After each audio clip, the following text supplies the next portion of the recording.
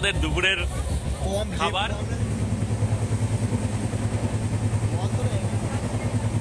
Super super, মানে এই যে ভিডিওটা ভিতরে করতে যাচ্ছিলাম সেই মোমেন্টে কিন্তু জিআরপি আমাকে ধরেছিল এবং বারণ করলো যে স্টেশনে উইদাউট পারমিশন ছাড়া কিন্তু ভিডিও করবেন না। কেমন আছেন সবাই? এই মুহূর্তে আমি দাঁড়িয়ে আছি কিন্তু কলকাতা স্টেশনে। আজ এখান থেকে কিন্তু যাত্রা করছি দেওঘরের উদ্দেশ্যে। তো এখন যাচ্ছি কিন্তু আমরা বৈদ্যনাথ ধামে। আমরা বলতে আমি আছি, অর্পণ আছে, অনিন্দ আছে। এখন বাজে হচ্ছে 12:50। তো আমরা যাচ্ছি হচ্ছে 12315 অনন্যা এক্সপ্রেসে। আর আমাদের কিন্তু আজকে রিজার্ভেশন নেই, আমরা এখন আছি কিন্তু জেনারেলে। তাই তাড়াহুড়ো করে ঢুকলাম, ঢুকে কিন্তু সিট পেয়েছি, মোটামুটি ফাঁকা আছে যেহেতু কলকাতা স্টেশন থেকে নিচ্ছি। আর অনিন্দ এখনও ঢোকেনি, অনিন্দ আসছে। যাই ট্রেন সম্বন্ধে একটু ইনফরমেশন দিয়ে দিই। এই 12315 অনন্যা এক্সপ্রেস কিন্তু সপ্তাহে একদিন শুধুমাত্র বৃহস্পতিবার কলকাতা থেকে ছেড়ে উদয়পুর সিটি যায়। আর আমরা যাব আজকে যোশীডি পর্যন্ত। আর এই কলকাতা স্টেশন থেকে যোশীডি পর্যন্ত দূরত্ব কিন্তু 315 কিলোমিটার। আর এই 315 কিলোমিটার যেতে এই ট্রেন সময় নেবে কিন্তু 4 ঘন্টা 36 মিনিট। আর এই যে 315 কিলোমিটার যাত্রাপথ, এই যাত্রাপথে কিন্তু এই ট্রেন 3টে হল স্টেশন এবং 63টি ইন্টারমিডিয়েট স্টেশন কিন্তু পার করবে। আর এর কোচ পজিশনগুলো হচ্ছে প্রথমে ইঞ্জিন থেকে 2টো জেনারেল, তারপর S1 থেকে কিন্তু S8 পর্যন্ত যেটা স্লিপার, তারপরে M1 এবং M2 যেটা হচ্ছে থার্ড ইকোনমি, মানে থার্ড এসির ইকোনমি, তারপরে B6 থেকে B1 যেটা হচ্ছে থার্ড এসি, তারপরে কিন্তু A1 যেটা সেকেন্ড এসি, তারপরে হচ্ছে HA1 যেটা হচ্ছে হাফ হচ্ছে ফার্স্ট এসি এবং হাফ হচ্ছে কিন্তু সেকেন্ড এসি। আমি আর অনিন্দ কিন্তু কলকাতা স্টেশন থেকে উঠবো, বাট অর্পণ উঠবে বর্ধমান থেকে। নির্ধারিত সময়ে কিন্তু আমাদের ট্রেন ছাড়লো কলকাতা স্টেশনের 3 নম্বর প্ল্যাটফর্ম থেকে। আর এই ট্রেন ছাড়ার পর প্রথম স্টপেজ কিন্তু হচ্ছে বর্ধমান। টাইম হচ্ছে 2:41। আর এই ট্রেন যাবে কিন্তু হচ্ছে দক্ষিণেশ্বর দিয়ে। আর সেখানে একবার মায়ের ভিতরের দর্শন না, বাইরের মন্দিরের দর্শনটাও করে নিতে পারবো। তাহলে চলো মহেশ্বরের নাম নিয়ে, ভোলানাথের নাম নিয়ে আমাদের এই যাত্রাটা শুরু করি।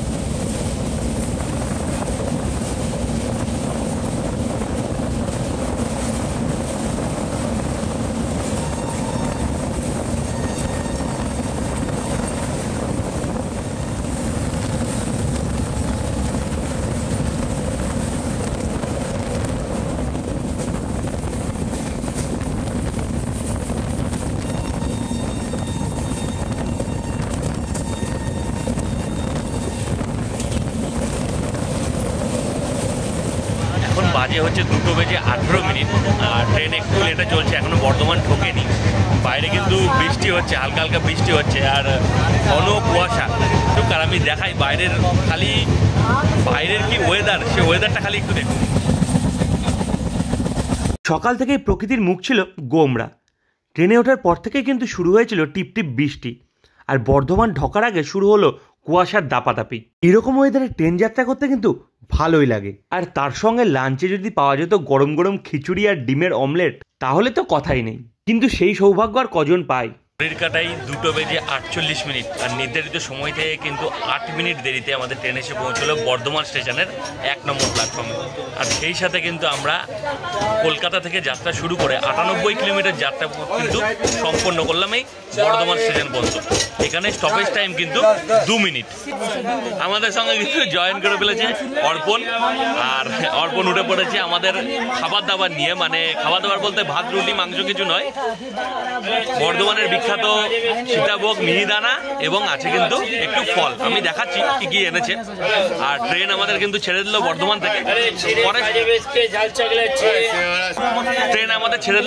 থেকে, এর পরের স্টপেজ কিন্তু হচ্ছে আসানসোল। সময় হচ্ছে 4:02। এই হচ্ছে আমাদের দুপুরের খাবার। কমলা লেবুটা দেখি কি নিয়ে এসছে। আপেল আর এই একটা কমলা লেবু, হাতে রয়েছে হচ্ছে যে সীতাভোগ আর মিহিদানা। অর্পণ নিয়ে এসছে কিন্তু আমাদের লাঞ্চের জন্য সীতাভোগ, মিহিদানা আর ফল। তো এবার আমরা এটা খাবো। কিন্তু নিয়ে এসছে বর্ধমানের বিখ্যাত মিহিদানা এবং সীতাভোগ। এটা হচ্ছে মিহিদানা, একটু টেস্ট করবো। মিহিদানাটা দেখাও আগে। একদম লাল টকটকে মিহিদানা, একদম ঘিয়ের ভাজা। ও ঘিয়ের ভরপুর, ওকে বসতে দেবো না। ঘিয়ের ভরপুর সেন্ট, যা দুর্দান্ত ঘিয়ের গন্ধ বেরোচ্ছে বলার বাইরে। ও জেমি। আর এই হচ্ছে কিন্তু সীতাভোগ। ও কাজু কিশমিশ।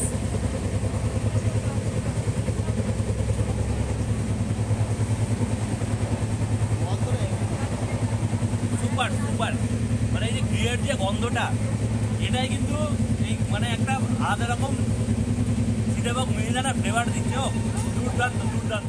নির্ধারিত সময় থেকে কিন্তু 38 মিনিট দেরিতে আমরা এসে পৌঁছালাম আসানসোল জংশনের 3 নম্বর প্ল্যাটফর্মে। আর এখানে স্টপেজ টাইম কিন্তু 5 মিনিট। আর কলকাতা থেকে যাত্রাটা শুরু করে এই আসানসোল পর্যন্ত 204 কিলোমিটার যাত্রাপথ কিন্তু আমরা সম্পন্ন করলাম। এর পরের স্টেশন হচ্ছে মধুপুর। ট্রেন অনেকটাই লেট করে দিল, আমাদের যশোরিতে নামার কথা হচ্ছে 5:46, বাট মনে হয় না এই টাইমটা আর মেকআপ দিতে পারবে। এখন দেখা যাক। তো এখন একটু একটু খিদে পেয়েছে, তো আর এই খাওয়ার জন্য অর্পণ নিয়ে এসছে কিন্তু আপেল। এখন এই আপেলটাই খাবো।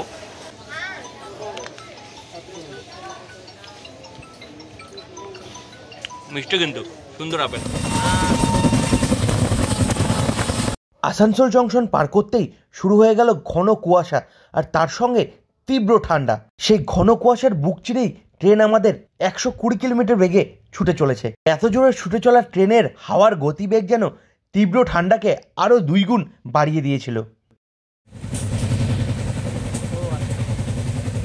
এটা হচ্ছে আমরা যে ছোলা খাই, নর্মাল ছোলা, এটাকে ভিজিয়ে খেতো করেছি, খেতো করে এরকম শেপ দিয়েছি, দিয়ে এটাকে শুকিয়ে এটার মধ্যে মশলা দিয়ে লেবু আর একটা ভাজা মশলা দিয়েছি, দিয়ে দিয়েছে। বেশ চটপটা খেতে দারুণ লাগছে।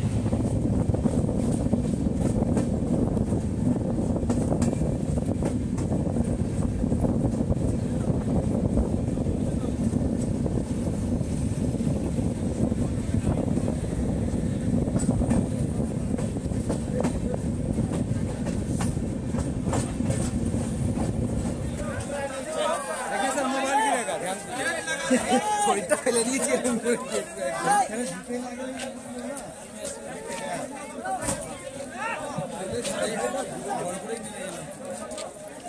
ঘড়ির কাটায় 6টা বেজে কিন্তু 37 মিনিট, প্রায় 50 মিনিট দেরিতে আমাদের ট্রেন এসে পৌঁছলো যোশীজি জংশনের কিন্তু 2 নম্বর প্ল্যাটফর্মে। বাট আমি কিন্তু এখন স্টেশনের বাইরে, কারণ আমি ভিডিওটা ভিতরে করতে যাচ্ছিলাম। সেই মোমেন্টে কিন্তু জিআরপি আমাকে ধরেছিল এবং বারণ করলো যে স্টেশনে উইদাউট পারমিশন ছাড়া কিন্তু ভিডিও করবেন না। এই জন্য আমি চলে এসেছি বাইরে। আর এখন দাঁড়িয়ে আছি কিন্তু অটো স্ট্যান্ডে, সামনেই আছে অটো স্ট্যান্ড। তো এই যাত্রার কথা যদি বলেন যে আমাদের আজকে কেমন যাত্রাটা হলো, যাহলে যাত্রাটা কিন্তু খুব ভালো হয়েছে। মানে কুম্ভ এক্সপ্রেসের মতো হেট্টিক যাত্রা কিন্তু আজকে হয়নি, ফাঁকা ফাঁকা ট্রেন ছিল। এই যোশীডি স্টেশন থেকে দেখলাম একটু ভিড় হলো। আর যেটা একটু সমস্যা ট্রেনে ছিল যেটা হচ্ছে প্রচণ্ড পরিমাণে মানে আরও যারা প্যাসেঞ্জার ছিলেন আমাদের জায়গাটাই নয়, ঠিক পাশের ইয়েগুলোতে এত পরিমাণে গাঁজা খাচ্ছে, এত পরিমাণে মানে গন্ধে টেকা যাচ্ছে না, মানে এত গাঁজা। তো আমাদের মহিলা টহিলা কেউ খুব বেশি ছিল না বলে কেউ অতটা ইয়ে করেনি প্রবলেম, বা কেউ এটাতে ইয়ে করেনি।